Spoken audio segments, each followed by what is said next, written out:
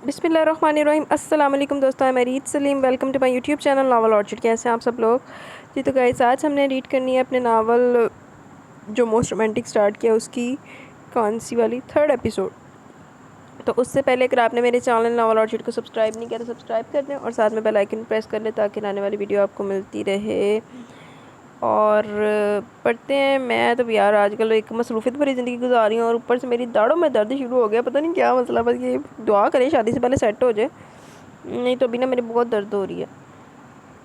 तो आए episode read करते हैं। उस तो पहले मेरा दर्द वधे या मैं कोई और मुसीबत से पावा, तो आए जल्दी से एपिसोड रीड करते हैं अपनी। अब बताइए आप बदजफ़ा आगे के क्या इरादे हैं? एक हाथ में सिगरेट लिए वो होंठों में दबाकर लाइटर से एक शोला दिखा गई और अपनी दिल फरेब कातलाना अदाओं समेत आबद जफ़ा को तकने लगी, जो लैपटॉप पर इन्हीं लड़कियों की तस्वीरें देख रहा था जो सलमान ने किडनैप की थी। मेरी जान, इरादा तो ये कर सबको एक तरफ करके तुम्हें यहाँ से ले जाऊँ। सच बड़ी नशीली चीज़ हो। आबद जफ़ा ने नहायत घटियापन से हंसते हुए नहायत बेबाक नतों से असबेला को ऊपर से नीचे तक देखा। ये तो है, मैं बहुत नशीली चीज़ हूँ, जभी तो आज तक मेरे हुस्न के वार से कोई नहीं बच सका। इसने अपने गीले शोल्डर कट बालों को एक झटका दिया। और मुझे लगता है आपका पूरी रात दिल नहीं भरा। 100% सच कह रही हो डार्लिंग। सोच रहा हूँ दोपहर की टिकट कैंसिल करवा के रात की सीट बुक करवा लूँ।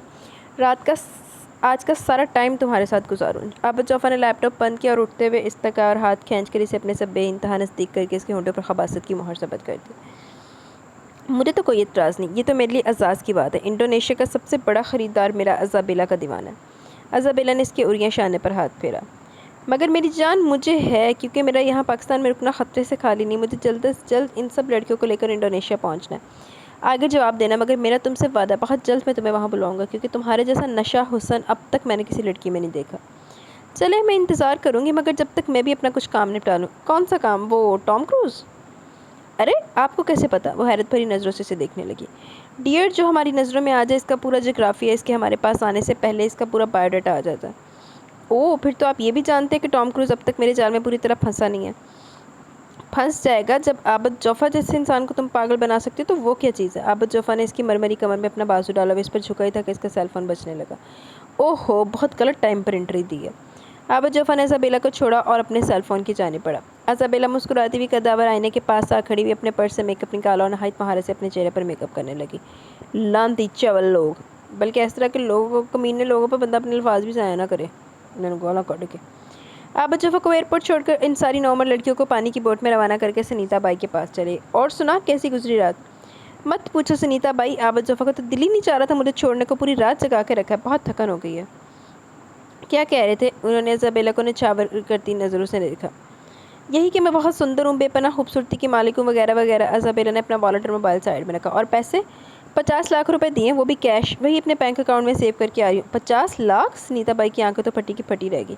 इतनी बड़ी रकम? हाँ, 50 लाख। अज़ाबेला ने सुनीता बाई की हैरान नज़रों में मुस्कुरा कर देखा। और मेरा हिस्सा? सुनीता बाई ने ललचाई नज़रों से देखते हुए अपना हाथ इसके आगे फैलाया। ऐसा हो सकता है कि तुम्हारा हिस्सा तुम्हें ना मिले? अज़ाबेला ने अपना वॉलेट उठाया और इसमें से 25 लाख का चेक निकाल कर इसके हाथ में रख दिया। मैं सोच रही हूँ, जब तू मुझे 25 लाख दे सकती है और आबद जफ़ा तुझे 50 लाख दे सकता है, तो जब बरीज़े को देखेगा तो मेरा ख्याल है अपनी आधी दौलत इसके नाम कर देगा। नहीं सुनीता भाई, खुदा के लिए अभी बरीज़े को आबद जफ़ा के पास भेज भी मत देना। वो एक जंगली है, बरीज़े की सुबह लाश मिलेगी तुम्हें। ये तो मैंने से पूरी रात बर्दाश्त किया, बरीज़े को चीर फाड़ के रख देगा वो वहशी दरिंदा। अज़ाबेला ने सुनीता भाई को सख्ती से मना किया थी। अरे मैं तो मजाक करी थी, ऐसे कम थोड़ी कम दामों में बरीज़े को निकाल दूंगी। मैं तो इसे सैडवराइज के इस्तकबाल के लिए संभाल के रखा है। मर्जी है तुम्हारी सुनीता भाई, मैं तो इसलिए कह रही थी कि बरीज़े अभी बंद कर लिया, थोड़ा और खिलने दो, फिर चाहे हर एक के आगे मसलने को इसको कदमों में डाल देना। मेरी कट्टो रानी, ऐसी बंद कलियों के दाम ज़्यादा होते हैं, और तूने भी तो मुझे बंद कलियाँ ही ला कर दी हैं।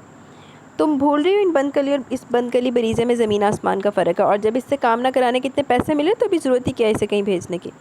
इसमें भी अज़ाबेला का अपना मफाद छुपा था जो सुनीता बाई जिसे चालाक शातिर और समझ नहीं सकी।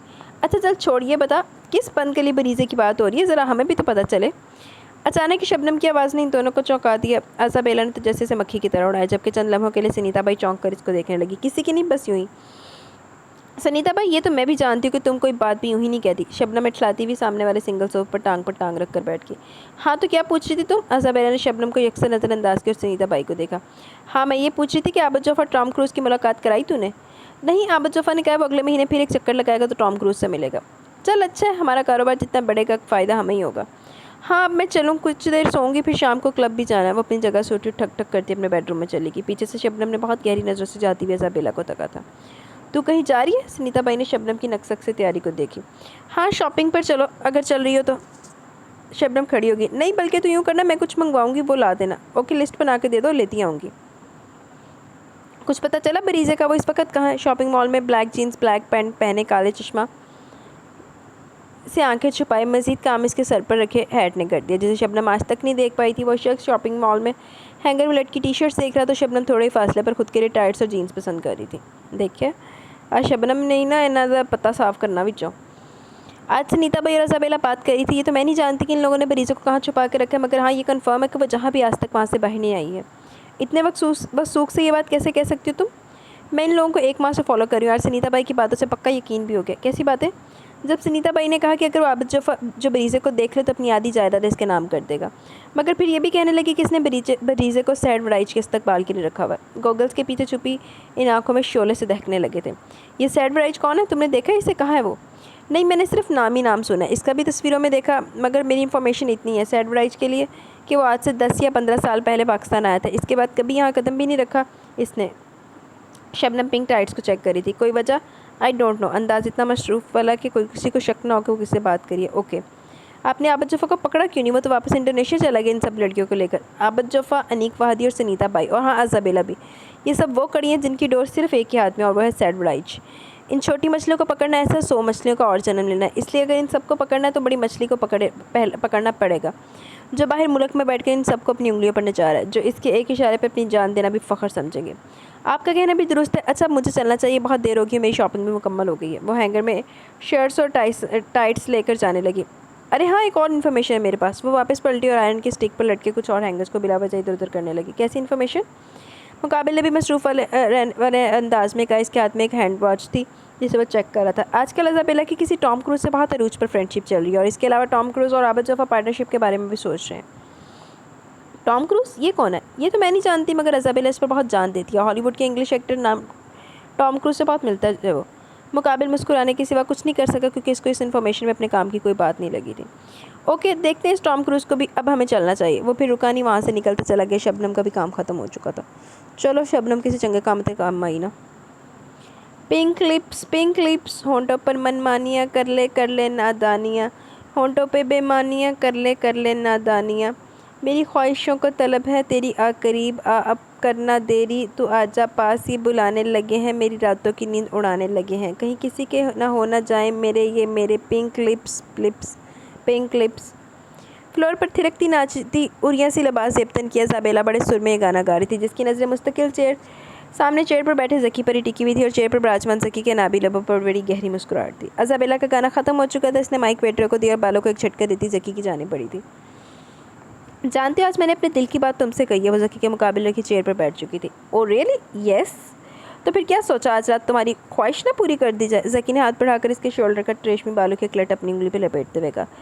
सदियों की प्यासे से कह रहे हो कि सामने समंदर है, जाओ अपनी प्यास बुझा लो। इज़ाबेला ने अपने रुखसार और शाने के दरमियान ज़की का हाथ धीरे से फंसा लिया जो इसके बालों की तरफ बढ़ा हुआ था।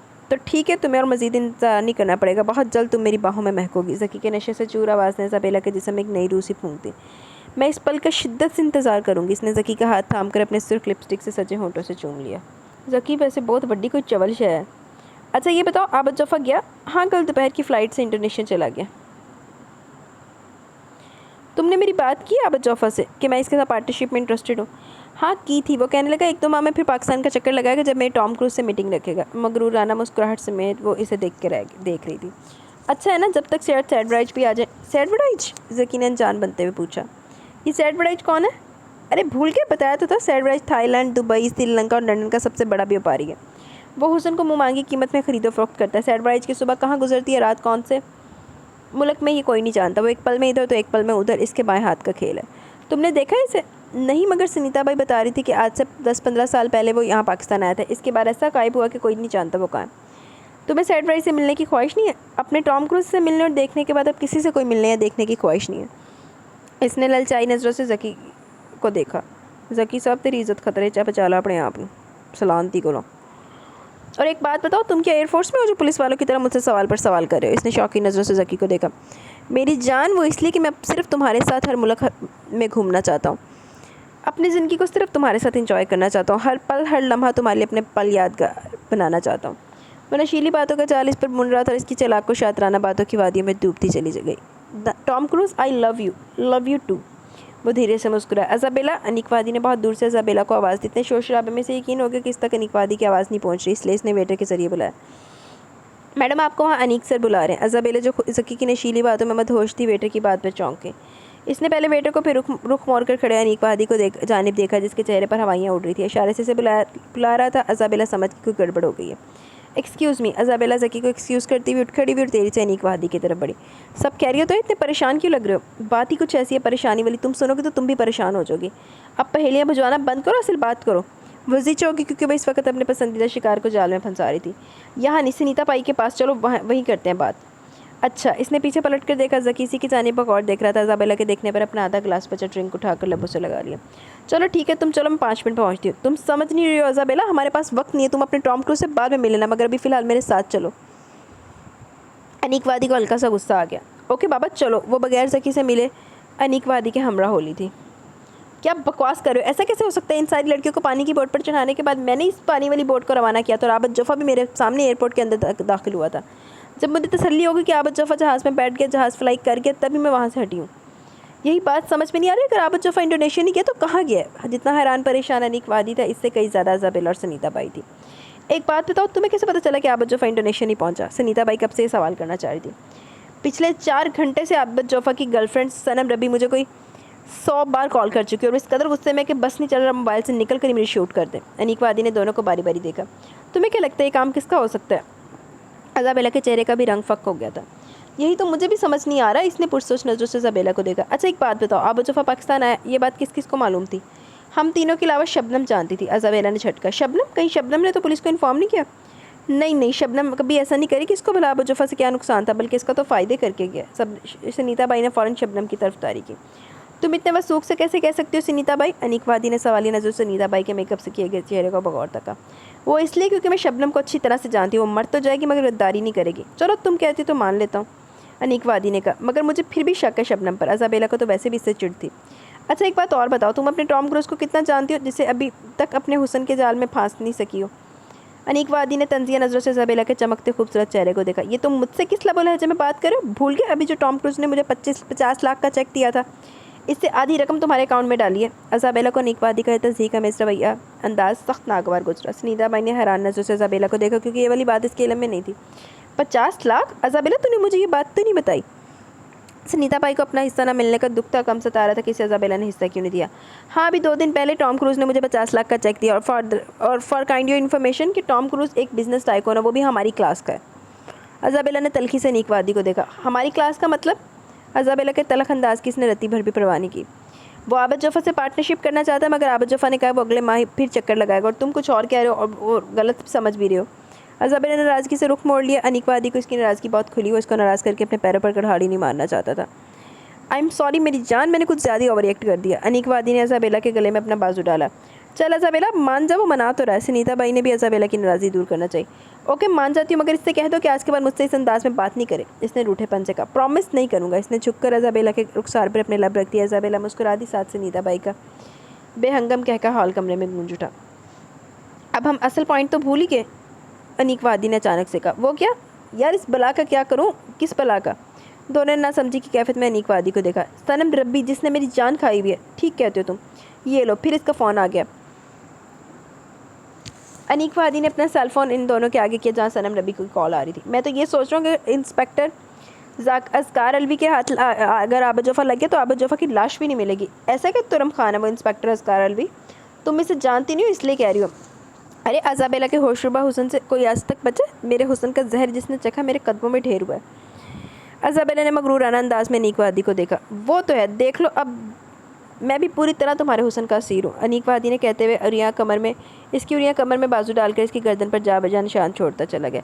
कहो तो मैं चली जाऊँ? सुनीता बाई हंसती हुई दोनों की छेड़खानी देखने लगी। हाँ सुनीता बाई, तू जा और दरवाज़ा बंद कर देना। आज रात मैं यहीं रुकने वाला हूँ। बहुत दिन हो गया अजाबेला के साथ वक्त गुजारे। वो अजाबेला के चेहरे पर झुकता चला गया। अजाबेला मुस्कुरा दी। सुनीता बाई अपना भारी भरकम वजूद उठाए वहाँ से चली आई। लानती लोग। मेरा ख्याल है हम आबद जोफ़ा और सन रबी को डिस्कस करने वाले थे। चूल्हे में डाल इनको, इस वक्त बाद में देखेंगे, अभी तो मुझे सिर्फ़ और सिर्फ ये जाम पीना है। इसने इसाबेला के पूरे जिस्म पर हाथ फेरना शुरू कर दिया। लानती कमीने लोग, क्या बात है अम्मा, क्या सोच रही हो? अजियारा ने कपड़े धोने की मशीन लगाई हुई थी। वो मशीन में सर्फ और कपड़े डाल रही थी, मगर नज़रें बल्कीस आराम पर थी, जो तख्त पर बैठी किसी बहुत ही गहरी सोच में गलता थी। अजियारा वहीं बल्कीस आरा के पास आकर बैठ गई। हाँ नहीं, कुछ भी तो नहीं। वो चौंक कर अजियारा का चेहरा देखने लगी। नहीं अम्मा, कोई तो बात है, कोई परेशानी है जो तुमको परेशान कर रही है। अजियारा ने बल्कीस आरा के शाने पर हाथ रखा। मुझे नहीं बताओगी? बल्कीस आरा ने गहरी सांस ली। जीनत का इंतज़ार करूँ, आज 15 दिन हो गए मगर अभी तक जीनत नहीं आई। जीनत खाला को तो अजियारा को भी इंतज़ार था, वहाँ से कोई जवाब नहीं आया। हालांकि लड़के वाले से पसंद कर गए थे, मगर अभी तक फ़ोन करके इन्हें अपने घर आने को नहीं कहा और ना ही जीनत खाला आई। हो सकता है किसी घर में काम में मसरूफ़ हो, फिर भी थोड़ी देर को तो आती। वहाँ क्या बात हुई, कोई तो बता दी। इस रिश्ते के लिए बहुत खुश हूँ मैं। इसी असना में दरवाजे पर दस्तक भी हुई और वॉशिंग मशीन की बेल भी। जीनत खाला अंदर दाखिल हुई। अजियारा ने खुश इखलाकी से सलाम किया। अस्सलाम वालेकुम जीनत खाला। वालेकुम अस्सलाम बेटी, जीती रहो, खुश रहो, अल्लाह तुम्हारे नसीब अच्छे करे। जीनत खाला की पसमर्दा मचाई सी आवाज़ अफसरदा से चेहरा। अजियारा के दिल में कुछ खटका सा हुआ है। कुछ अनहोनी होगी और शायद वो वहाँ से खड़ी होगी और मशीन में से कपड़े निकालने लगी। सलाम बल्कीस आरा बहन। जीनत थकी थकी सी बल्कीस आरा के पास दोनों पैर ऊपर उठा के बैठ गई। वालेकुम अस्सलाम। जीनत, कहाँ गायब हो गई थी तुम? जीनत का बुझा बुझा चेहरा देखकर बल्कीस आरा के दिल में भी कुछ शक सा हुआ, मगर अपना वहम समझकर झटका दिया। बल्कीस आरा बहन, असल में वो कुछ कहते कहते रुक गई और फिर वहीं खड़ी अजियारा को देखने लगी। जीनत की नज़रों का इशारा बल्कीस आरा समझ गई। अजियारा, जी अम्मा। बेटा जीनत के लिए और मेरे लिए चाय तो ले आओ। जी अच्छा अम्मा। अजियारा को भी जानने की जस्तजू सी आकर क्या बात है, इसलिए वो किचन में तो आ गई, मगर खिड़की के पास आकर खड़ी होगी। हाँ जीनत बोलो, सब खैरियत तो है ना? तुम मुझे कुछ परेशान लग रही हो। बल्कीस आरा ने बेसब्री से कहा। इनके लब लहजे में आंखों में क्या क्या सवालात थे, जीनत सब जानती और समझती थी। बल्कीस बहन, मैं अजियारा के लिए इंशाल्लाह इससे भी अच्छा और बेहतरीन रिश्ता लाऊंगी। कितनी मुश्किलों से जीनत ने कहा, ये वही जानती थी। मैं समझी नहीं जीनत, इस बात का कहने का मकसद क्या है? अभी जो रिश्ता लाई थी इसका क्या हुआ? क्या कहा इन लोगों ने? छोड़ो ना बल्कीस बहन, वो लोग हमारी अजियारा बेटी के लायक ही नहीं थे। लायक नहीं थे मतलब? ऐसा क्यों कह रही हो जीनत? खुलकर साफ साफ बात करो, मेरा तो दिल बैठा जा रहा है। बल्कीस आरा के दिल में हौल उठने लगे। मैं तुम्हें नहीं बताना चाह रही थी, तुम इतना इशरार कर रही हो तो बताती हूँ। इन कमज़रफ़ बदनसीबों ने हमारी अजियारा बेटी पर इल्ज़ाम लगाया, बख्तान लगाया। नहायत ही घटिया लोग हैं, मुझसे ही पहचानने में गलती होगी। जीनत की आंखों में नमी सी भरने लगी। कैसा इल्ज़ाम जीनत? बल्कीस आरा के जिस्म से तो जैसे रूह ही निकलने लगी थी। यही कि अजियारा का किसी रिक्शे वाले से चक्कर चला और हमें ऐसी बदकिरदार आवारा सिफ्त की बहू अपने बेटे के लिए नहीं चाहिए। जीनत का दिल खून खून हो गया। क्या? बल्कीस आरा पर तो जैसे आसमान टूट के गिरा, ज़मीन पैरों तले खिसक गई। इतना बड़ा इल्ज़ाम इनकी मासूम बेटी पर? वो तो शबनम के पहले कतरे की तरह साफ शफाफ किरदार की मालिक है, तो फिर इतना बड़ा इल्ज़ाम, बख्तान क्यों? क्या वजह? अंदर अजियारा के सर पर भी ऐसा लगा कि इस घर की सारी मजबूत दीवारें आ गिरी हों। खिड़की की चौखट न थाम ली होती तो यकीनन वो ज़मीन बोस हो चुकी होती। बल्कीस बहन, जीनत ने बल्कीस आरा की सख्ता जैसी कैफे देखी तो घबरा के रह गई। बेशक मना कर देते इस रिश्ते से, मगर इतना बड़ा घटिया बख्तान तो नहीं लगाते मेरी मासूम पाकीज़ा बच्ची पर। बल्कीस आरा की आंखों से चंद मोती टूट कर गिरे। अजियारा बेटी की मासूमियत, पाकीज़ा, साफ़ और शफाफ किरदार की तो मैं भी कसम खाती हूँ, मगर इन लोगों को क्या गलतफहमी हुई, किसने जाकर गलत बयानी की, मैं नहीं जानती। जीनत की आंखों में भी इस रिश्ते के निकल जाने का अफसोस और दुख था। मेरी इस 10 साल फील्ड में ये पहली दफ़ा हुआ किसी की बेटी पर ऐसे घटिया इल्ज़ाम लगाकर लड़की को रिजेक्ट किया गया, वो भी अजियारा बेटी जिसे मैं सबसे ज़्यादा चाहती हूँ, अजीज़ रखती हूँ। बल्कीस बहन, मेरी कोई बेटी तो नहीं, मगर ये मेरा अल्लाह गवाह कि अजियारा को मैं अपनी बेटी समझती हूँ, बल्कि बहुत प्यारी है मुझे अजियारा बेटी। जीनत की आंखों से अश्क से बहने लगे। मैं जानती हूँ जीनत कि तुम अजियारा को बहुत चाहती हो, मगर मेरी बाकिरदार बेटी के साथ ऐसा हो गया तो तसव्वुर में भी नहीं सोचा था। हम शरीफ और ख़ानदानी लोगों के लिए ये बहुत बड़ी बात है, कोई हमारी इज़्ज़तों पर उंगली उठाए। अम्मा, पीछे से अजियारा ने बल्कीस आरा के शाने पर हाथ रखा। बल्कीस आरा ने पलट कर इसे देखा। मेरी बच्ची। बल्कीस आरा ने सिसकते हुए अपनी दोनों बाहें फैला दी। अजियारा इनमें समा गई। अजियारा की आंखें भी नम होगी। मेरी मासूम फूलों जैसी बेटी, जिसने भी इतना घटिया इल्ज़ाम लगाया, अल्लाह इसे ज़रूर सज़ा देगा। इन्होंने अपने सीने में छुपी अजियारा के सर पर बूसा दिया। तुम फिक्र मत करो बल्कीस बहन, इंशाल्लाह हमारी अजियारा का नसीब बहुत रोशन होगा, इतना शानदार कि सब देखते रह जाएंगे। जीनत ने शफ़क़त से अजियारा के सर पर हाथ रखा। वो तो शुक्र है कि दुआ आज घर पर नहीं थी, वरना बल्कीस आरा जानती थी वो खुश होती है अजियारा के रिश्ते का टूट जाने पर। इंशाल्लाह, बल्कीस आरा ने दिल से दुआ की। अब छोड़ें इस किस्से को, मैं चाय लेकर आती हूँ और साथ से जीनत खाला की पसंद के शामी कबाब भी। इसने बमुश्किल अपने दिल को संभाला, वहाँ से उठी किचन में चली आई। जीनत और बल्कीस आरा अपनी बातों में लगी। अस्सलाम वालेकुम जीनत खाला। इसी दौरान दुआ अपनी माँ के साथ अंदर दाखिल हुई। इसकी चहकती आवाज़ पर जीनत ने अजीब से अंदाज में से देखा और सर के इशारे से जवाब दिया। चलो अच्छा हुआ तुम यहाँ ही मिल गई, तो लो तुम्हारा कार्ड मैं तुम्हें यहीं दे देती हूँ। दुआ ने अपनी माँ से शादी का कार्ड लेकर जीनत खाला के आगे बढ़ाया। कैसा कार्ड? जीनत ने कार्ड लेकर इसका खुशी से चमकता दम चेहरा देखा। अरे मेरी बेटी की शादी का कार्ड, इसी हफ्ते मेरी बेटी की शादी, अल्लाह का करम है, बहुत अच्छा रिश्ता है मेरी बेटी का, बट ब्याह वाला हिसाब है। दुआ की माँ फ़खरी अंदाज में बोल रही थी। लो बल्कीस, ये तुम्हारा कार्ड। इन्होंने कार्ड बल्कीस आरा की सिम पढ़ाया। बल्कीस आरा ने वो कार्ड लिया, खामोशी से रख लिया। मुबारकबाद नहीं दोगी बल्किस? दुआ की अम्मी ने बल्किस का पास मुर्दा सा चेहरा देखा। हाँ क्यों नहीं, बहुत बहुत मुबारक हो, इंशाल्लाह मैं ज़रूर आऊँगी। छोटी सी मुस्कुराहट होठों पर सजाए बल्किस रानी ने देखा था। कौसर बड़ी जल्दी कर रही हो अपनी बेटी की शादी, किसने लगा दी रिश्ता? जीनत ने शक्की नज़रों से दुआ की देखा। बस जीनत, अल्लाह की देन है, रिश्ता आ गया, मैंने ज़रा देर किए बगैर हाँ कर दी। भले कौन इतने अच्छे रिश्ते छोड़ता है। और एक बात बताओ, तुम्हें क्या खुशी नहीं हुई मेरी बेटी की जल्दी शादी होने की? हालांकि तुम तो रिश्ते लगाती हो। कौसर को जीनत का अंदाज़ सख्त नागवार गुजरा। नहीं, क्यों खुशी नहीं होगी, अल्लाह लड़की का नसीब अच्छा करे। मगर तुम अभी पिछले हफ्ते पहले ही बहुत परेशान थी अपनी बेटी के लिए, मुझसे कहा था कोई अच्छा रिश्ता लगा दूँ। हाँ कहा था, मगर अल्लाह को मंजूर नहीं था कि तुम्हारे हाथों मेरी बेटी का रिश्ता लगता है, इसलिए इसने खुद ही भेज दिया। इतना अच्छा रिश्ता, अब अगर और अच्छे रिश्ते का इंतज़ार करती तो मेरी बेटी तो बैठी रहती। और मैं इतनी अक्लबंद माँ तो हूँ नहीं कि अपनी बेटी पर ये जुल्म करूँ। इनका तंज, इनका इशारा वहाँ बैठी बल्किस, जीनत और जियारा अच्छी तरह समझ गई। अच्छा खैर, मैं भी किस बहस में पड़ गई, मुझे तो कार्ड देना था और दुआ को भी अपने घर ले जाती। आखिर को एक ही बहन है, तैयारियाँ भी तो इसी को करनी है। अम्मी आप रुके, मैं बस अपना बैग तैयार करके लाती हूँ। दुआ खुशी से मुस्कुराती हुई अपने बेडरूम की सिम पड़ गई। और सुनाओ बल्किस, जियारा का कहीं रिश्ता विश्ता लगा? जख्मों पर नमक पाशी करना तो कौसर का बेहतरीन मशगला था। मैनू क्यों लग रहा है कि जी दी दुआ दी भैन का रिश्ता है, लामती कौसर दी धी का ए वाला रिश्ता ए जियारा वाला ही होया। लामतियाँ ने किया सारा कुछ, बेगैरता ने। इस तरह के रिश्तेदारों को तो, बहुओं को तो बंदा कुत्तों के आगे डाल दे कसमें।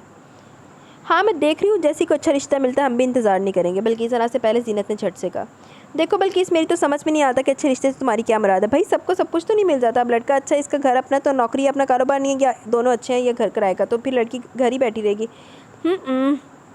जीनत इनकी इस कड़वी जहरीली बातों का जवाब भी अच्छी तरह खरी खरी सुना के दे देती है। बल्किस ने इसका हाथ दबाकर इशारे से खामोश रहने के लिए न कहा होता।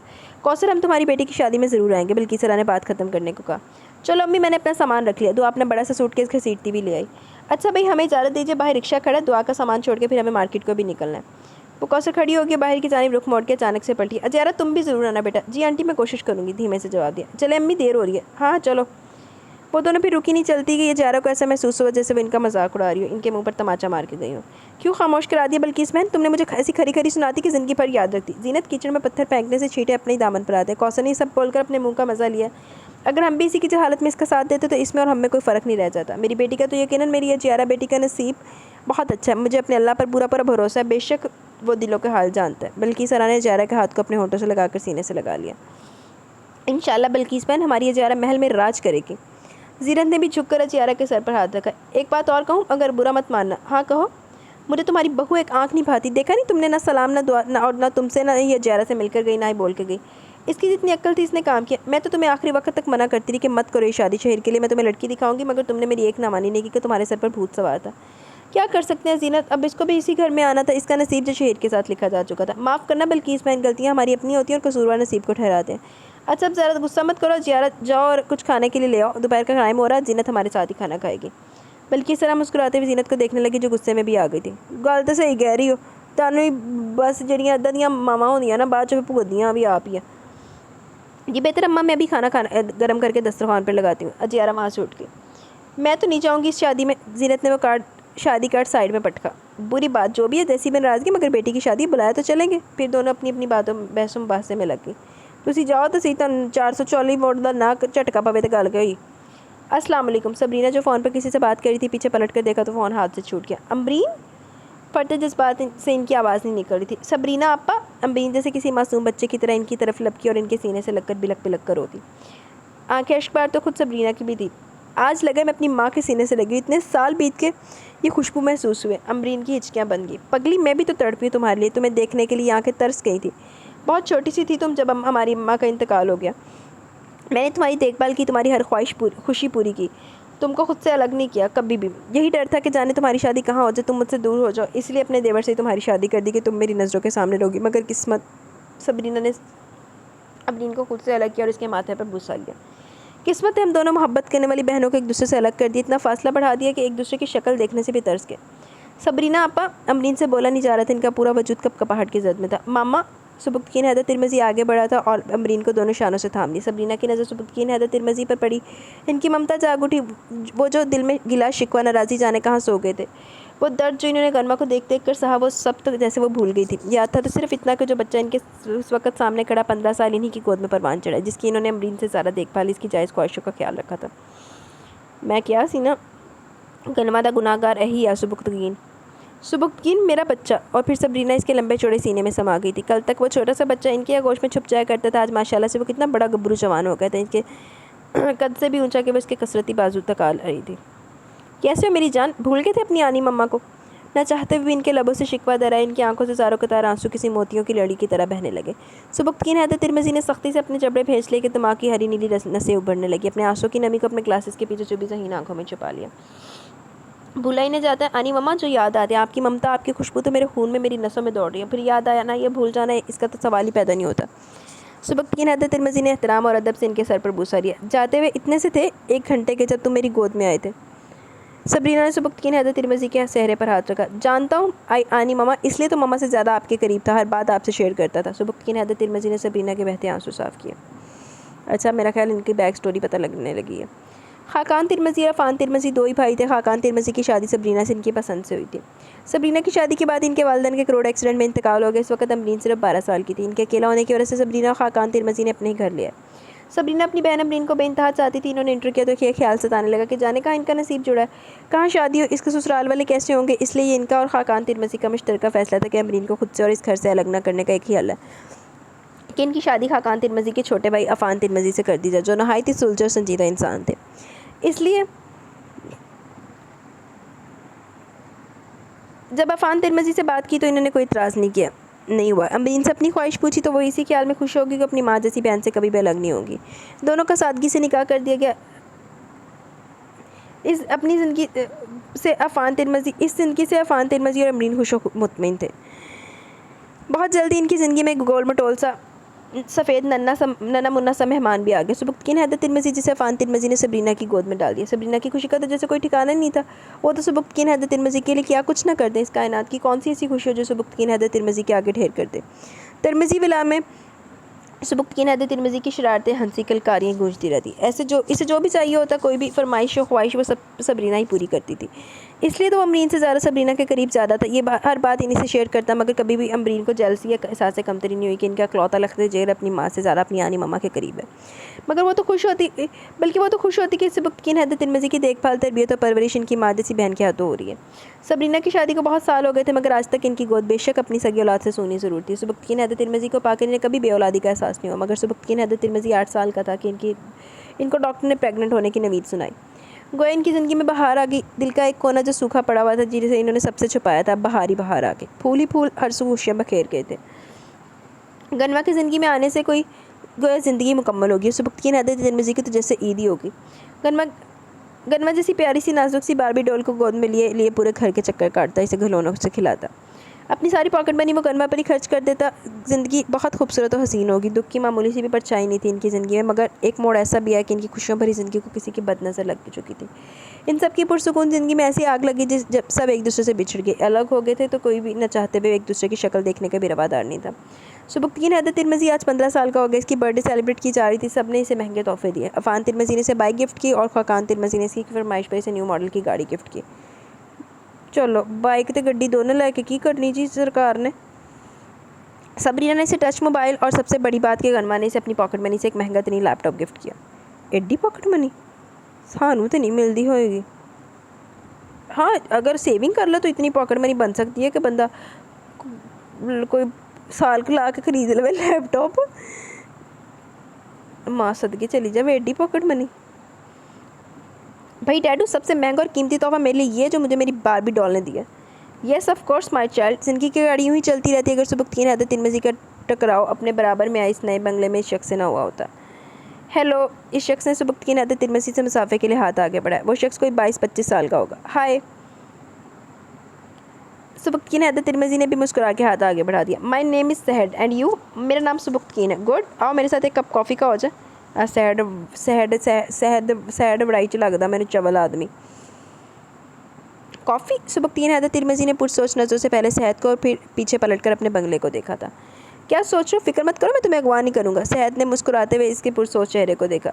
नहीं, ऐसी बात नहीं हुई। एक्चुअली मुझे अंदर अपनी बारबी डॉल को पढ़ाना था, इसकी ट्यूशन का टाइम है। यार, अभी तो सिर्फ 5 बजे, पढ़ा लेना अपनी बारबी डॉल को 6 बजे तक। सहद ने अपनी कलाई में बंदी अपनी हैंड वॉच देखी जो नहायत ही कीमती और महंगी थी। ओके, और ये पहला कदम था जो इस खानदान को एक दूसरे से अलग कर गया।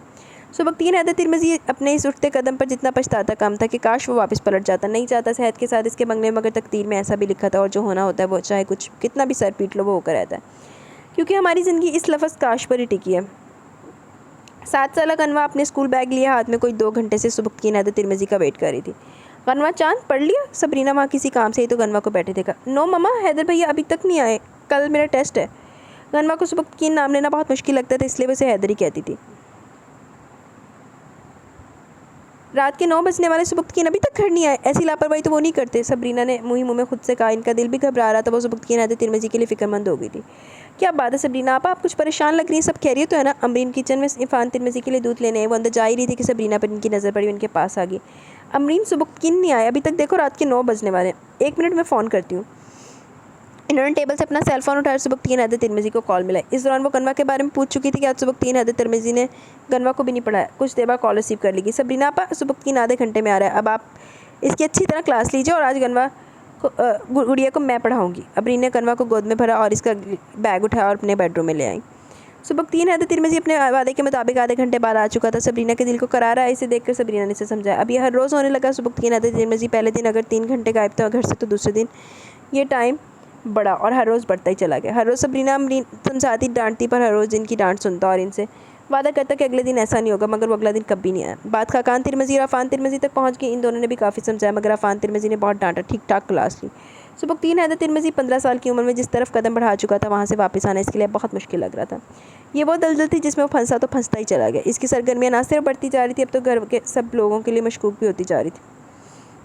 इसकी अपनी सरगर्मी मशकूक हरकतों की वजह से इससे बाइक और गाड़ी की चाबी ले ली गई, मगर इन लोगों को ये इल्म नहीं था कि सुबकतीन हैदर तिरमिज़ी को इस बात से कोई फ़र्क नहीं पड़ता। तुम मेरा एक काम करोगे? शहद ने ड्रिंक का ग्लास सुबकतीन हैदर तिरमिज़ी की सिमत बढ़ाया। आप भूल रहे हैं, अब तक मैंने ही आपके सारे काम किए। इसने मुस्कुराते हुए ड्रिंक का ग्लास थाम लिया। आई नो, मुझे तुम पर ऐसे तो इतना भरोसा नहीं है। वही अपना ग्लास लेकर इसके सामने वाले सिंगल सोफे पर बैठ गए। ये लो। एक ब्लैक कलर का बैग था, दिखने में बिल्कुल वॉलेट जैसा, मगर वो वॉलेट नहीं था। ये क्या है? इसमें बहुत ही कीमती सामान है, memory card, chips, SIM cards वगैरह। तुम्हें सिर्फ ये करना है कि इस बैग को कल सुबह 9 बजे पर्ल होटल में ले जाना है। ये जिसे देना है वो आदमी खुद तुम्हारे पास आएगा। ओके डन, काम हो जाएगा, बल्कि समझे काम हो गया। तुम्हारी यही अदा तो मेरा दिल जीत गई। अच्छा चलो आओ, एक नई सेक्सी वीडियो अपलोड हुई है, आओ वो देखते हैं। इस रात वो घर में 10 बजे तक आ गया। अपने बेडरूम में गया, वो बैग इसने अपनी अलमारी में छुपा कर रख दिया। कुछ ही देर बाद गनवा अपना बैग ले सुबकतीन हैदर तिरमिज़ी के बेडरूम में दाखिल हुई। गंदा अंडा वीडियो देख के उन कुछ ना कुछ जाने चढ़ेगा। अरे बारबी डॉल, तुम अपनी अभी तक जाग रही हो? आहट पर इसने पलट कर देखा। जी हैदर भैया, क्योंकि आज मैं हर हाल में मुझे अपने आप से ही पढ़ना है। वो बैग समेत धरना मार के इसके बेड पर बैठ गई। अब चलो, ओके चलो आओ। सुबकतीन हैदर तिरमिज़ी इसके पास ही बैठ गया। शहद ने इसे बहुत पिला दी थी और जो वीडियो इसने आज इसे दिखाई थी, इसका नशा आंखों समेत सर पर चढ़ा हुआ था। बहकी बहकी सी नज़र पास बैठी गनवा पर उठी, इसका छोटा खूबसूरत चेहरा, और फिर इसने गनवा का बैग, सारी किताबें कापियाँ एक तरफ फेंक कर इसे अपने बाजू में जकड़ लिया। शैतान बुरी तरह इस पर हावी हो चुका था। वो मासूम सी गनवा चीखती चिल्लाती रही। बहुत देर हो गई अमरीन, हद होती है। आप जानती है सुबकतीन की सरगर्मी कैसे कैसे दोस्त बनाए हुए इसने, और ये जो बराबर में शहद नाम का लड़का है, पूरी सोसाइटी बुरा बोल रही है इसको। जब से और क्या करने आया किसी को कुछ नहीं पता। सब ने इसके घर में हर रोज़ एक नई गाड़ी आते जाते देखी, जिसमें लड़के लड़कियां उड़िया लिबास में बेहुदा हरकतें करते पाए गए। और ऐसे लोगों से हमारी सुबकतीन की दोस्ती मैं बर्दाश्त नहीं कर सकता। इन लोगों के खिलाफ तो मैंने पुलिस में कंप्लेन कर दी, मगर आज सुबकतीन भी मेरे हाथों क्लास है। अफ़ान तिरमिज़ी बहुत गुस्से से बोल में थे। शौक तो अमरीन भी थी, मगर वो अफ़ान तिरमिज़ी के आगे कुछ बोल के इनके गुस्से को मज़ीद हवा नहीं देना चाहती थी। वो दोनों बाहर आए तो सामने खाकान तिरमिज़ी और सबरीना को परेशान हाल देखा। क्या हुआ भाभी, आप इतने परेशान क्यों लग रही हैं? अफ़ान, गनवा के चीखने चिल्लाने की आवाज़ आई। पता नहीं क्या हुआ, आप परेशान मत हो, मैं देखता हूँ। आखिरी चीख, मम्मा। आवाज़ सुबकतीन हैदर तिरमिज़ी के बेडरूम से आई। वो चारों इसी सिम भागे, धड़ से दरवाज़ा खोला। सामने के मंजर ने जैसे चारों पर इस बंगले की दीवारों को इनके सरों पर गिरा दिया। खून में लथपथ गनवा बेड पर बेसुध पड़ी थी। सुबकतीन हैदर तिरमिज़ी एक साइड में खड़ा था। इसका सारा नशा हरण हो गया। सुबकतीन, खाकान तिरमिज़ी ने एक जनाटे थप्पड़ इसके मुंह पर मारा कि वो दूर जाकर गिरा। भाई साहब, आप पहले गनवा को देखिए, इसे होश नहीं आ रहा। अफ़ान तिरमिज़ी ने बेजान से मुर्दा हालत में बेसुध पड़ी गनवा के गाल पर हाथ थपथपाया, मगर वो होश में नहीं आ रही थी। दिल अंदर से बहुत डर गया था, कहीं वो मर तो नहीं गई। अल्लाह ना करे। अफ़ान तिरमिज़ी ने फ़ौरन अपनी सोच को मलामत की। खाकान तिरमिज़ी और अफ़ान तिरमिज़ी फ़ौरन गनवा को गोद में लेकर अस्पताल भागे। जाती हुई सबरीना ने आंसू भरी नज़रों से सुबकतीन को देखा था, मगर कुछ भी नहीं कहा, एक लफ्ज़ शिकायत कभी नहीं। और ये इनका सुबकतीन हैदर तिरमिज़ी को देखना आखिरी देखना था। इन आँखों में क्या कुछ नहीं था, जैसे वो ज़ुबान से तो नहीं बल्कि अपने बहती आंसू से बयान कर गई। इन बहती आँखों में आखिरी लफ्ज़ जो था वो था क्यों। और सुबकतीन हैदर तिरमिज़ी जैसे इस पल मर गया था। वो नादानिस्तगी में जो बहुत बड़ी गलती, बहुत बड़ा गुनाह कर गया था, इसका कफ़ारा शायद मरकर भी अदा नहीं कर सकता था। सुबकतीन, अमरीन ने इसके पास आई और इसके गला कॉलर पकड़ के झंझोड़ दिया। क्या किया तुमने? कुछ अंदाज़ा है तुमने? ओह सुबुक्तकीन। अमरीन की हिचकियाँ बन गई। इन्होंने अपना सर, अपने गाल, अपना सीना पीटना शुरू कर दिया। इनके आंसू जैसे आंखों में इस कायनात समंदर आ ठहरा जो रुकने का नाम ही नहीं ले रहे थे। सुबुक्तकीन, गनवा 7 साल की एक छोटी बच्ची है, तुमने ऐसा करने के बारे में सोच भी कैसे लिया? आज मैं मर गई सुबुक्तकीन, मर गई मैं। इन्होंने दोनों हाथों से सुबुक्तकीन हैदर तिरमिज़ी के सीने पर पीटना शुरू कर दिया। तुमने आज मुझे मार दिया, मेरी माँ जैसी बहन को जिंदा दरगोर कर दिया, वो बहन जिन्होंने मुझसे ज़्यादा तुम्हें चाहा, प्यार किया, तुम्हारी हर ख्वाहिश पूरी कर। तुमने क्या किया? तुमने इन्हीं के घर के चिराग को बुझा दिया सुबुक्तकीन। इनसे बोला नहीं जा रहा था, दर्द से दिल जैसे सीने से बाहर आ रहा था। सुबुक्तकीन हैदर तिरमिज़ी पर चीख चीख के इनके गले में खराश हो गई थी। इनकी आवाज़ बंद हो गई थी, मगर सामने खड़ा सुबुक्तकीन हैदर तिरमिज़ी जैसे इस पल, इस लम्हे अंधा बहरा गूंगा हो गया था। वो इस वक्त एक बेजान लाश बन चुका था, जिस पर अमरीन के इस तरह चीखने, चिल्लाने, रोने, बैन करने और यहाँ तक कि मारने का भी रत्ती बराबर असर नहीं हुआ। अमरीन फर्श पर इसके कदमों में बैठती चली गई। खाकान, गनवा बेटी के साथ बड़ी बेरहमी से किसी ने ज़्यादती किया, और दूसरी बात की, ये तो सीधा सीधा पुलिस केस है, हमें पुलिस को इन्फॉर्म करना चाहिए। हाय यार, मुझे अल्फाज नहीं मिल रहे, मैं सुबुक्तकीन को किन अल्फाज में गालियाँ दूँ, मैं इसको क्या बोलूँ? डॉक्टर राहील खाकान तिरमिज़ी के फैमिली डॉक्टर बचपन के फ्रेंड और क्लास फेलो भी थे। राहील, वो सब हम बाद में देख लेंगे, तुम पहले मेरी बच्ची को बचाओ। खाकान तिरमिज़ी के लहजे में टूटी फूटी किरचियों की चमक थी। वो इस वक्त एक हारा हुआ बाप था जो चाहकर भी कुछ नहीं कर पा रहा था। इसकी फिक्र मत करो, तुम ट्रीटमेंट शुरू होगी, मगर मेरे यार गनवा बहुत छोटी है, अभी जानते हो इस वाक़े का इसके हिसाब पर, इसके दिलो दिमाग पर बहुत गहरा असर पड़ सकता है। भाई साहब, राहील भाई ठीक कह रहे हैं, हमें पुलिस में कंप्लेन कर देनी चाहिए। अफान तिरमिज़ी ने ये सब किस मुश्किल से कहा, वो सिर्फ वो या इनका रब ही जानता है। नहीं, पुलिस में कोई कंप्लेन नहीं होगी, सबरीना ने अचानक से इन तीनों को देखते हुए कहा। तीनों ने सबरीना की जानिब देखा। मगर भाभी जान, अफान ने कुछ कहने के लिए कहा कि सबरीना ने हाथ के इशारे से इन्हें कुछ बोलने से रोक दिया और फिर डॉक्टर राहील की जानिब बढ़ी। डॉक्टर साहब, आप बस मुझे इतना बता दीजिए कि गनवा बच जाएगी या नहीं? हर एहसास तैयारी, वो इस वक्त सिर्फ एक माँ थी, एक बदनसीब बेटी की माँ। इन्हें इस वक्त सिर्फ एक रिश्ता याद था, बाकी के सारे रिश्ते इन्होंने बहुत पीछे छोड़ दिए, बल्कि ज़मीन के नीचे बहुत गहराई में कहीं दफन कर दिए। जी सबरीना भाभी, गनवा बेटी बच जाएगी, लेकिन बस डॉक्टर साहिबा साहब, इससे आगे मुझे ना ही कुछ सुनना है और ना ही किसी से कुछ कहना है। मैं गनवा को लेकर इस मुल्क से बाहर चली जाऊंगी, जहाँ किसी भी वाक़े के असर का मामूली सा भी शायबा तक नहीं होगा। जिस लबो लहजे, जिस अंदाज़ में इन्होंने हतमी फ़ैसला किया, अफान तिरमिज़ी और खाकान तिरमिज़ी देखते के देखते रह गए। दोनों में से किसी की भी हिम्मत नहीं हुई कि सबरीना के फ़ैसले के आगे एक लफ्ज़ भी बोल सके। सबरीना और खाकान तिरमिज़ी गनवा को लेकर अमेरिका आ गए। वो सोच रहे थे कि सब कुछ इनकी सोच के मुताबिक होगा। वो समझ रहे थे गनवा इस होलनाक रात को, इस अजियत तो तकलीफ़ भरी रात को तो वाक़े को भूल जाएगी, फरामोश कर देगी वो सब जिसने साहब बर्दाश्त किया। मगर नहीं, ये तो इन दोनों की सबसे बड़ी भूल थी। जिस भरम में वो जी रहे थे, वो या तो इनकी गलतफहमी थी या फिर खुशफहमी। गनवा को हर रात दौरे पड़ते, यहाँ तक कि वो भी कभी खुद को भी नुकसान पहुँचा लेती। ऐसे वक्त में इसको संभालने वाला और कोई नहीं था सवाए खाकान तिरमिज़ी और सबरीना के। जितनी मुश्किल से सबरीना ने गनवा को संभाला था, ये सिर्फ वो या इनका रब जानता था। बहुत मेहनत, कोशिश और जद्दोजहद से बहुत हद तक गनवा के दिलो दिमाग से इस वाक़े को भुलाने में कामयाब भी हो गई थी। 14 साल बाद इन्होंने अपनी सरजमीन पाकिस्तान पर कदम धरा। बेशक पाकिस्तान और कराची से इनकी बहुत सी खुशगवार, नाखुशगवार, तकलीफ भरी, अजियत भरी यादें वाबस्ता थी, मगर सिर्फ गनवा की खातिर वो कुछ भी याद नहीं करना चाहती थी, सोचना नहीं चाहती थी। वो सिर्फ गनवा को इसके रोशन मुस्तकबिल को देख रही थी, बाकी इन्हें कुछ याद ना था और ना ही याद रखना चाहती थी। बहुत बुरा हुआ यार, बहुत बुरा हुआ। इतनी सी बच्ची का, मतलब वो भी 15 साल के बंदे ने एक 8 साल की बच्ची का रेप कर दिया यार। ये वैसे दुनिया में ऐसे ही चल रहा है, ये सिर्फ हमारी ये टेक्नोलॉजी और वो उस तरह के कुछ बगारत शहर जैसे लोग होते हैं कि जिन्होंने अपनी कमीनगी से ना नौजवान नस्लों को ख़राब कर रहे हैं। कितना पूरा ख़ानदान दो तबाह हो गए, और जो बच्ची की ज़िंदगी तबाह हुई वो तो हुई सो हुई। कैसर, कहिए। चौधरी कैसर अस्करी लैपटॉप पर बिज़नेस की कोई फ़ाइल देख रहे थे। रशना कैसर अपने नवासे सनी को पढ़ा रही थी। मैं जो बात आपसे करना चाहती हूँ, अगर आप अपना लैपटॉप बंद करते हैं थोड़ी देर को, तो मुझ पर मेहरबानी होगी। रशना कैसर ने भी सनी का बैग क्लोज करके साइड में रखा और उसको गेम देकर एक साइड पर बिठा दी ताकि मुझे डिस्टर्ब ना करे। ये लीजिए, कर दी मैंने आप पर मेहरबानी, अब फरमाइए। चौधरी कैसर अस्करी ने मुस्कुराते हुए लैपटॉप बंद किया, रुखिन की जानिब मोड़ लिया। मैं ये सोच रही थी कि अब राष्ट्र का इंटरेस्ट तलिस्म की तरफ बहुत बढ़ गया, और आप तो जानते हैं कि कोई हमारा वक्त तो है नहीं कि अरेंज मैरिज हो या मंगनी के बाद घूमना वगैरह होता था। आप इतनी गंभीर पहेलियाँ भिजवा रही हैं, ऐसा नहीं हो सकता। टू दी पॉइंट पर आ जाए। टू दी पॉइंट ये है कि जब अब्राश को तलिस्म और तलिस्म को अब्राश में इतना इंटरेस्ट है, तो क्यों ना हम अब्राश के लिए तलिस्म का रिश्ता ही ले जाएँ। बात तो आपकी दुरुस्त है रचना। अब देखिए ना, हमारा माशरा जिस रुख पर जा रहा है वो सब हमारे सामने। बुरी सोहबत आजकल के बच्चे बहुत जल्द पकड़ लेते हैं, फिर ऐसा कदम उठा लेते हैं कि माँ बाप के लिए बस बाइश शर्मिंदगी की बात होती है।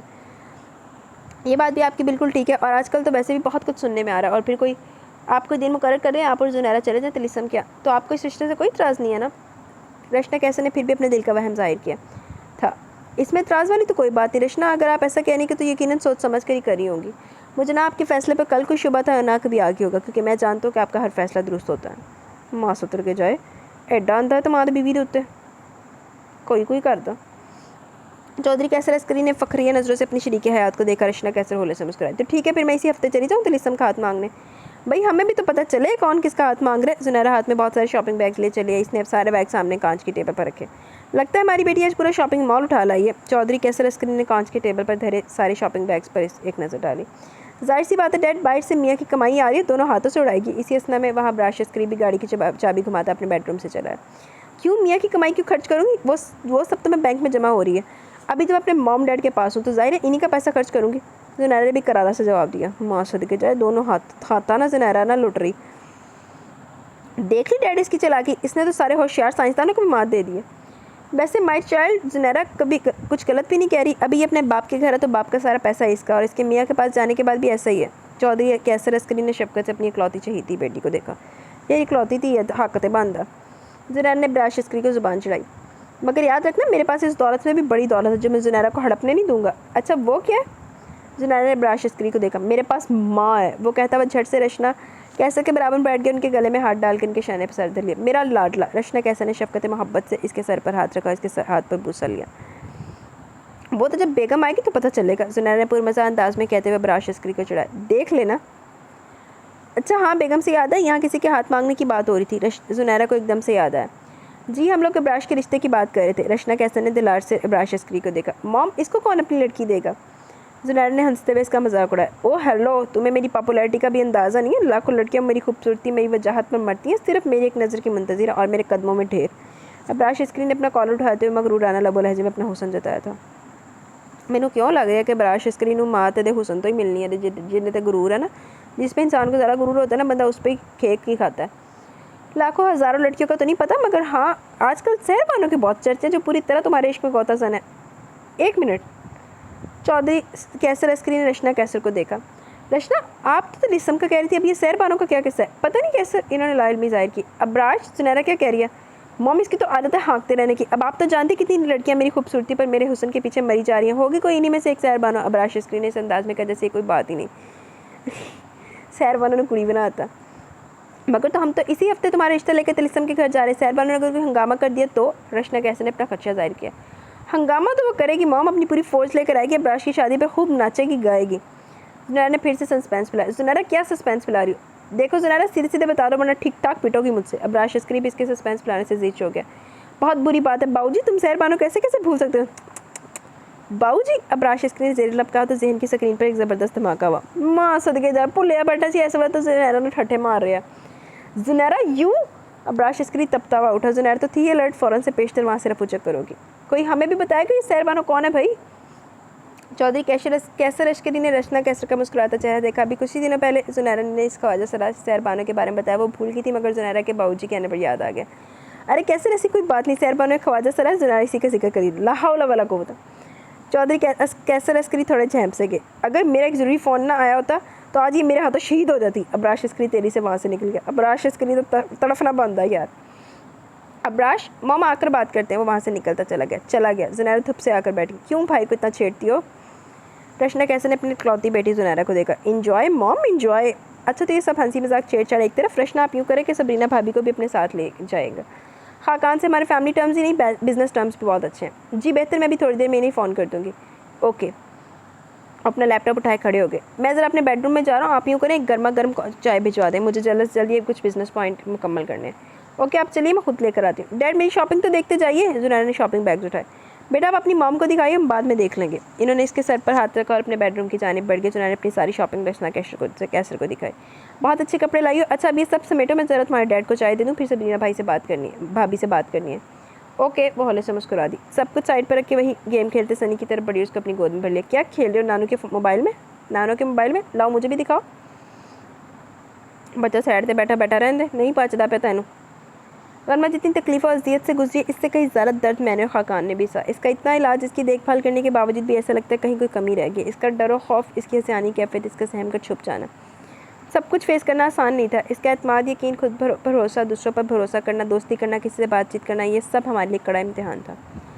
वो बोले जा रही थी और सुबह की हैदर तिरमजी सर झुकाए शर्मिंदगी के अता कराइयों में धंसता चला जा रहा था। जो गलती से नादानिस्ती में जर्द हुई वो हर रोज़, हर लम्हा, हर पल, हर सांस में 1000 बार मरा था।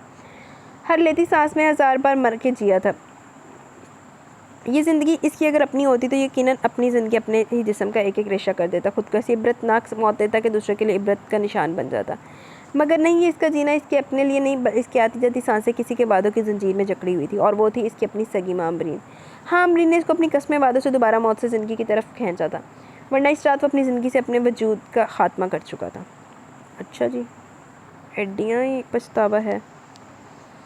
गनवा किसी से बात नहीं करती थी, बड़ी मुश्किल से इसकी एक ही दोस्त है आयज़ा, जिससे इसकी खुद दोस्ती है, शायद इसके साथ वो खुलकर हंसती मुस्कुराती खुश रहती है। गनवा की ज़िंदगी का दायरा बहुत महदूद है, जिसमें इसकी मामा डैड और आयज़ा शामिल है, इसके अलावा और कोई नहीं।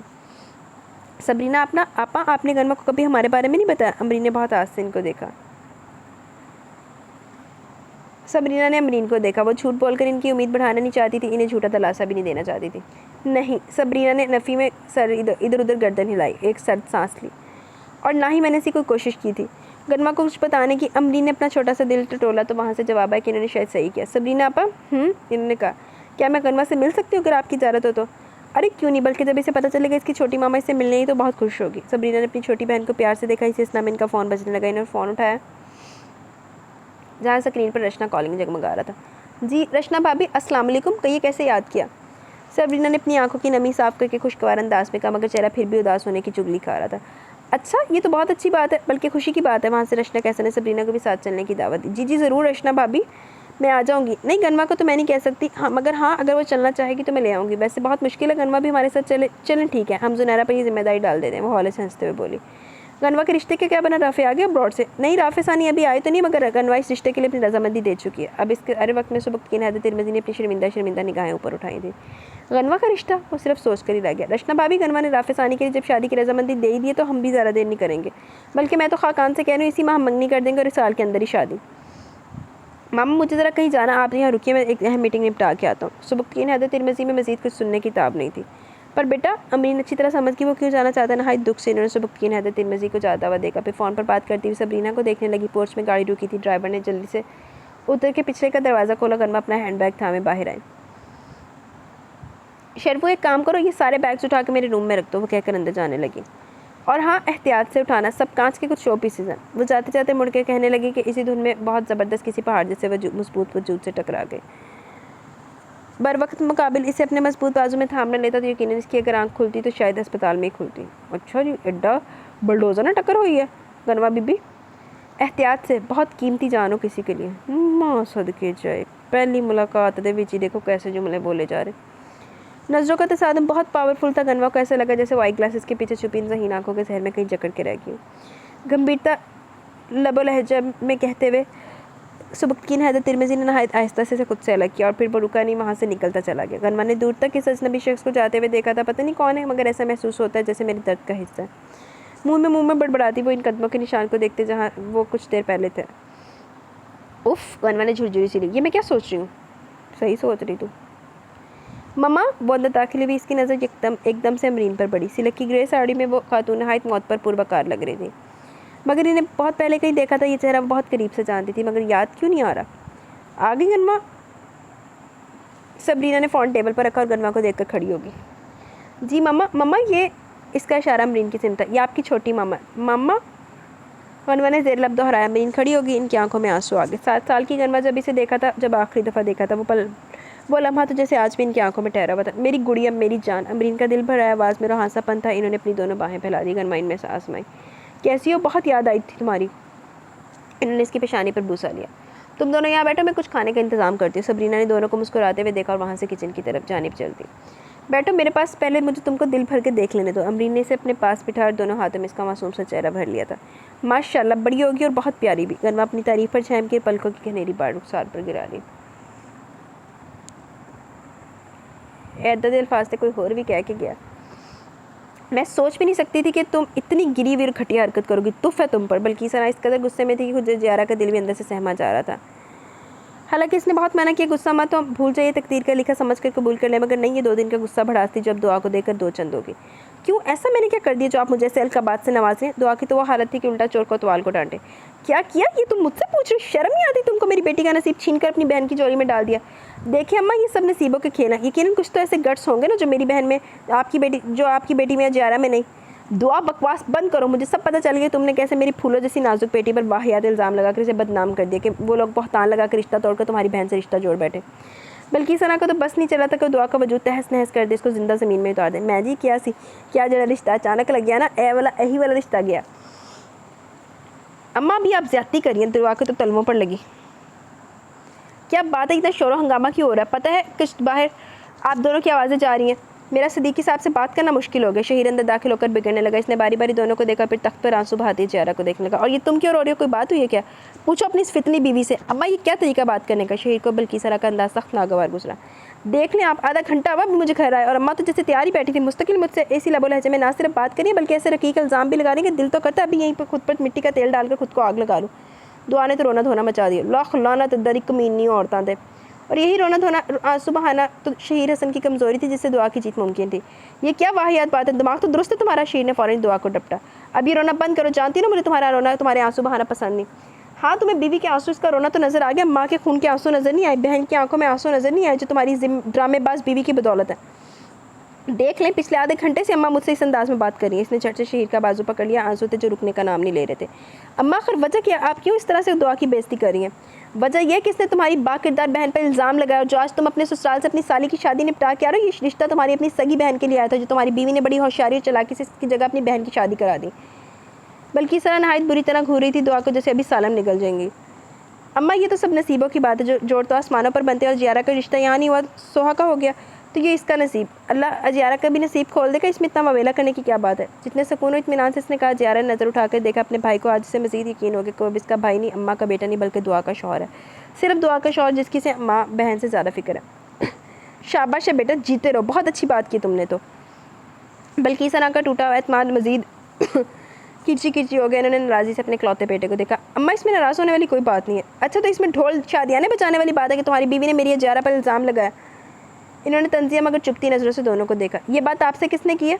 खुद जीनत ने। तो ये सारा फसाद फितना, ये लड़ाई झगड़ा जीनत खाला का कराया हुआ। अम्मा आप में कुछ अक्ल है? बाहर के लोग हमारे घर आ जाते हैं आग लगाने और आप फ़ौरन इनकी बातों में आ जाती हैं। और तो असल बात यह है तो ये कि जीनत खाला को दुआ पसंद ही नहीं है, इसलिए तो हर रोज़ आके घंटों बैठ के आपके दुआ के खिलाफ कान भरती हैं। शहीर भाया, ज़ियारा ने कुछ बोलना ना, तुम खामोश हो। अगर मैं चुप हो तो इसका मतलब ये नहीं कि मैं कुछ देख नहीं रहा, महसूस नहीं करा। मैं सब जानता हूँ। घंटों तुम दोनों जीनत खाला से बातें कर सकती हो, तुम अगर दुआ से बात करना तो दरकिनार इसको अपने पास बिठाना भी पसंद नहीं करती। घंटों वो अपने कमरे में अकेली रो रही होती है, मगर आज तक शिकवे का एक लफ्ज़ ज़ुबान पर नहीं लाई। शहीर ने आज वो सब कह दिया जो दिल में था। और लाख लानत तेरे, लाख लानत जोरू का गुलाम, बेगैरत। ये सब मैं आज भी नहीं कहता, मुझे तो दुआ ने रोक रखा था, मना कर देते तुम दोनों से कोई जिरा ना करूं, मगर आज मेरे सब्र का पैमाना लबरेज हो चुका। खूब अच्छी तरह दिमाग बनाया तुम्हारी बीवी ने तुम्हारा। अब भी आप ज़्यादती करिए, जब से तो सिर्फ तुम्हारी बीवी कही जा रही है, मगर एक दफ़ा भी दुआ के नाम से नहीं पुकारा। फिर कहती कि मेरा दिमाग ख़राब है। शीराज सारा अगला पिछला हिसाब खोल के बैठा था। वाह मेरे बच्चे वाह, तुमको तो 100 तोपों की सलामी का खराज तहसीन मिलना चाहिए। तुम्हारी बीवी जो कहे वो सच है और जो हम कहें वो झूठ, लड़ाई झगड़ा। आज माँ से मुँहजोरी करे ना, कल को अपनी बीवी के कहने पर आकर माँ को डंडे भी मारना। बल्कि सरा ने शीर को खूब सुनाई। अम्मा ये आप कैसी बातें करिए, मैं तो ऐसा सोच भी नहीं सकती, आप मेरी माँ जैसी हैं। दुआ बल्कि सरा के पास पड़ी। शहीर सर को दिखाना भी तो कि वो सही है। अरे परे हटो, तुम मुझे इतना कितना अपनी माँ समझती है, मैं सब जानती हूँ। इन्होंने बुरी तरह दुआ को धुतकार दिया। दुआ ने मुँह बसोर को शहीर देखा। अब भी आपको लगता है दुआ गलत है? शहीर को बल्कि सरा का रवैया दुआ के साथ सख्त नागवार गुजरा, और जिस तरह इन्होंने दुआ को धक्का दिया था वो तो और बुरा लगा। नहीं, तुम्हारी बीवी सच्ची है, सही है, तुम्हारी माँ बहन ही झूठी है, गलत है। तुम्हारी बीवी पर जुल्म के पहाड़ तोड़ती हैं। बल्कि सरा ने भी कुछ नहीं रखा और ना ही दुआ को इसके नाम से पुकारा। दुआ भाभी, अम्मा और शहीर भाई दोनों इस वक्त बहुत गुस्से में, आप ही शहीर भाई को समझाइए। ज़ियारा बात बढ़ते देकर दुआ से अजीज़ी से कहने लगी। अरे मैं कैसे समझाऊँ शहीर को, अंधे तो नहीं है ना, देख रहे हैं सुन रहे हैं कि कैसे इनकी माँ बहन इनकी बीवी से बदसलूकी करती है। दुआ ने बुरी तरह ज़ियारा को छाड़ दिया। ये आप क्या कह रही हैं दुआ भाभी? ऐसा तो मैं और अम्मा सोच भी नहीं सकते। हाँ सोच नहीं सकते मगर करते तो। दुआ ने तड़कते हुए जवाब दिया। दौर फिटे मुँह तेरे थे जरा तू कह रही हैं। बस अम्मा अब खामोश हो जाइए, मैं आपसे ज़्यादा बहस नहीं करना चाहता। आप साफ साफ कहिए कि आपको इस घर में दुआ का वजूद ही पसंद नहीं, तो मैं अपनी मासूम बीवी को लेकर यहाँ से चला जाता हूँ। शेर भाई आप क्या कह रहे हैं? अगर अम्मा गुस्से में तो प्लीज़ आप ही थोड़ा सब्र से काम लें। ज़ियारा देरी से बोली। इसके भाई भाभी ये घर छोड़ दें, ऐसे कैसे मुमकिन हो? धक्के मार के कड्डो दाने भाई भाभी नो, लानती लोगो। बस हो गया फैसला, इससे आगे मैं एक लफ्ज़ नहीं कहूँगा। चलो दुआ अंदर चलो। दुआ के दिल की तो जैसे मुराद पूरी हो गई थी, दिल में 100 लड्डू फूट रहे थे।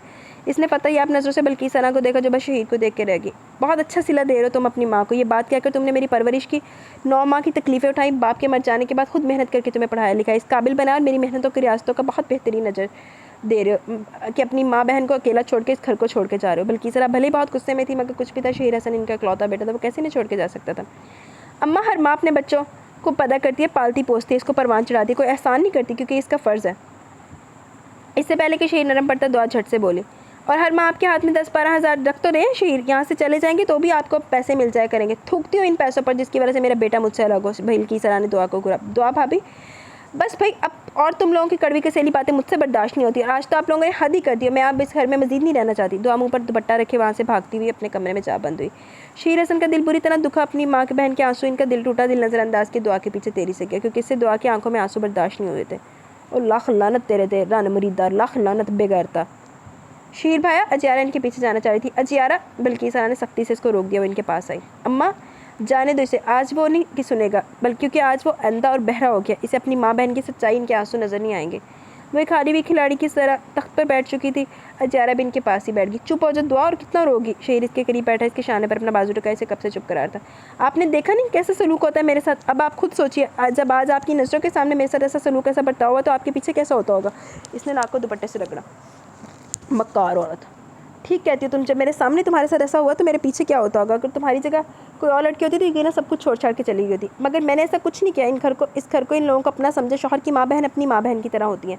मगर ना तो अम्मा ने मुझे अपनी बेटी समझा और ना ये जियारा ने अपनी भाभी। वो कनखियों से शहीद को देखने लगी। अम्मा तो चलो कोई बात नहीं, मगर मुझे जियारा से हरगिज़ इस बात की उम्मीद नहीं थी। एक नंबर की घुन्नी मीस नहीं हो, मेरे खिलाफ मजीद भड़काती रही अम्मा को। खैर छोड़ो इस बात को, और ज़्यादा स्ट्रेस भी मत लो। डॉक्टर ने मना किया, हमारे बच्चे पर इसका बहुत बुरा असर पड़ेगा। हम इसी हफ्ते अपने फ्लैट में शिफ्ट हो जाएंगे, जो मुझे कंपनी की तरफ से मिला। सच? इसका दिल तो खुशी के मारे उछलने लगा। इसका सपना पूरा होने जा रहा था, अपना अलग घर का सपना, जहाँ वो हो, शहीर हो, इसका बच्चा और ढेर सारी खुशियाँ। ढेर सारी खुशियाँ। एक माँ का तो भैन का दिल दुहा के जाओगे, तो भी ढेर सारी जुतियाँ ही मिलनगियाँ, खुशियाँ नहीं मिलदियाँ। बिल्कुल सच। शहीर ने इसके सर पर अपना सर टिका दिया। सच शहीर, आप बहुत अच्छे हैं। जब भी इस घुटन ज़रा माहौल में मैं रह गई, वरना कब की चली गई होती। दुआ ने शहीर के कंधे पर अपना सर टिका। बहुत मेहरबानी मेरी जान की। इसने मजीद खुद से इसे करीब किया। अच्छा छोड़े, मुझे बहुत भूख लगी है। आपको पता है प्रेगनेंसी के दौरान माँ जितना अच्छा खाएगी, बच्चा इतना गोल मटोल प्यारा सा होगा। अच्छा ऐसी बात है, तुम जल्दी से फ्रेश हो जाओ, मैं बाहर से जिंगर बर्गर टिक्का लेकर आता हूँ। ठीक है, और हाँ कोल्ड ड्रिंक भी लाइएगा। ओके। वो हंस दिया। बल्कि सर और जियारा के साथ तो जैसे बदसलूकी, इनको दुख रुलाना सब भूल गया था। अब होगा मेरा सपना पूरा। आज मैं अपने मकसद, अपने इरादे में कामयाब होगी। दुआ ने शीशे में खुद को देखकर अपने नकली आंसू उंगली से हवा में उड़ाए। लांती कमीनी औरत, थोड़ा बहुत तो ड्रामा करना ही पड़ता है। वो खुद को देखकर मुस्कुराती, चेहरे पर इस कदर मक्कारी खुद कर दी थी, अगर शहीर हसन देख ले तो मरी जाए। मैं तो कहनी मारी जावे फड़ के। अच्छा यार, अगला सीन जितना पड़ा गया उतना ठीक है। अब आगे का काम तुम्हारा, इस काम को तुम्हें अंजाम देना। सईद अस्कार अलवी ने इससे कहा। साहब जी तुम फिक्र ही ना करो, तुम्हारा काम हो जाएगा। सहरबानो ने लाल दुपट्टे को कान के पीछे हटसा। मुझे यकीनन तुम पर भरोसा है। आगे पता है ना क्या करना है। हाँ जी पता है। तुमने ख्वाजा सरा पर एतमाद किया और ये ख्वाजा सरा अपना वादा निभाएगा तुमसे। All right. मैं इस जगह के थोड़े से फासले पर अपनी गाड़ी लेकर खड़ा होऊंगा, तुम मरीज़ को वहीं गाड़ी में डाल देना। और हाँ वो बेहोशी वाला डोज देना मत भूलना। जी साहब जी, अब मैं चलूँ। सहरबानो खड़ा हो गया। हाँ तुम जाओ। सहरबानो लटकता मटकता वहाँ से उठा, लहराती चाल चलता हुआ जाने लगा कि राह में इंस्पेक्टर ज़ाकत हयात से टकराव हो गया। हाय हाय, क्या कर दिया, कंधा ही तोड़ दिया जालिम मेरा। खनकते हुए लबो लहजे में कहता वो इंस्पेक्टर ज़ाकर हयात के शाने पर हाथ मारने लगा। ये क्या बकवास है और ये क्या बेहूदगी है। इंस्पेक्टर ज़ाकर हयात बुरी तरह तब किया। एक तो इसकी फजूल बात, ऊपर से इसका हाथ मारना। हाय मेरी जान, अभी तो मैंने कोई बेहूदगी नहीं की। इसने अपनी काजल से भरी भरी आंखों से इंस्पेक्टर ज़ाकर हयात के चेहरे को देखा। जस्ट शट अप, वो ज़ोर से चीखा। ज़ाकिर, सईद अस्कार अलवी की और इंस्पेक्टर ज़ाकर हयात की आवाज़ आई तो बाहर। सर, और तुम अभी तक यहीं हो गए नहीं। इन सईद अस्कार अलवी ने सहरबानो को देखा। जी साहब जी, बस जा ही रही थी, रास्ते में ये प्यारा सा बंदा टकरा गया। दोनों हाथों को हवा में लहरा के आंखों को मटकाते सहरबानो ने इंस्पेक्टर ज़ाकर हयात को देखा। इसके अंदाज से देखने पर इंस्पेक्टर की सही मानों में सुलग कर रहेगी। इसका सुलगना तपना सईद अस्कार अलवी की नज़रों से पोशीदा नहीं रह सका। लो जाओ तो जाओ, तुम यहाँ टाइम ज़ाया मत करो। वो फिर रुका नहीं। ज़ाकर हयात को जाते जाते आँख दबा कर गया। स्टूपिड। मुँह ही मुँह में गाली से नवाजता हुआ सईद अस्कार अलवी की सिमत बढ़ा था। सहरबानो वैसे सही आग लांदी करिए बराश ने थे होना ओनू इंस्पेक्टर नू। सर ये यहाँ क्या कर रहा है, इससे हम क्या काम ले सकते हैं। ज़ाकर हयात को सहरबानो का वजूद यहाँ हज़म नहीं हो रहा था। इसको जो काम दिया है वो फ़िलहाल हम नहीं कर सकते। अच्छा इसको छोड़ो, आगे क्या रिपोर्ट है। सईद अस्कार अलवी ने इसे सामने रखी चेयर की तरफ बैठने का इशारा किया। सर वो सारी लड़कियाँ जिन जिन घरों की थी, इन सबको इनके घर पहुँचा दिया बाहिफाजत। आप सब बताइए कि आबद जोफ़ा का क्या करना है। इस पर इतना तशद्दुद किया मगर एक लफ्ज़ मुँह से निकालने को तैयार नहीं। मैं जानता था वो कुछ नहीं बोलेगा। सईद अस्कार अलवी ने पुरसोच नज़रों से इसको देखा। फिर सर क्या करना चाहिए। मैं तो कहता हूँ इसका इनकाउंटर ही कर दें। ठीक कहते हो। अच्छा इन लोगों के सर्कल में क्या खबर है। बेचैन है, गुस्से में है। इस शहर का कोना कोना छान है। DIG IG जहाँ तक कि बहुत ऊपर इन लोगों ने पता करवाया, मगर आबद जोफ़ा के बारे में सब लाइलम है। गुड, और इन लोगों को लाइलम ही रहने दो। रेड लाइट एरिया की कोई खबर। सुनीता बाई तो बहुत परेशान है, नीकवादी भूखे शेर की तरह पंजे गाड़े बैठे, कब खबर मिले और वो आबद जोफ़ा को वहाँ से उड़ा ले जाए। हाँ, ज़ाबेला ने शबनम पर इल्ज़ाम लगाया, हालांकि वो बेचारी तो कुछ जानती भी नहीं, शबनम के लिए इसके लहजे में नरमी थी। अभी तो फ़िलहाल तुम यूँ करो कि शबनम के मैसेज का वेट करो, वो आजकल शाम का ही मिलने वाली है, तुम इससे जाकर मिलो, मुझे सहरबानो के पीछे जाना है। सर ये सहरबानो आपको कहाँ से मिल गई और ये हमारे किस काम आएगी? सहरबानो की सुई अभी तक इसकी सुई अभी तक सहरबानो के अंदर उलझी हुई थी। सहरबानो इस जगह से बरीज़े को निकाल कर लाएगी। बरीज़े का पता चल गया सर? ज़ाकर हयात को खुशी हुई। हाँ, वो वहीं इसी 400 गज़ के बंगले पर है जिसे सुनीता बाई हुक्म का इक्का कहती है। जी तो गाइज़, यहाँ पे हमारी एपिसोड अपने इख्तिताम को पहुँची। कैसी लगी आपका एपिसोड? अपनी राय का ज़रूर इज़हार कीजिएगा। इंशाल्लाह जल्द मिलेंगे न्यू एपिसोड के साथ। तब तक के लिए अपना बहुत सारा ख्याल रखें और कमेंट, शेयर और लाइक करना मत भूलें। और मुझे भी इजाज़त दें, मैं अब चलती हूँ। तो इंशाल्लाह जल्द मिलेंगे न्यू एपिसोड के साथ। अल्लाह हाफ़िज़।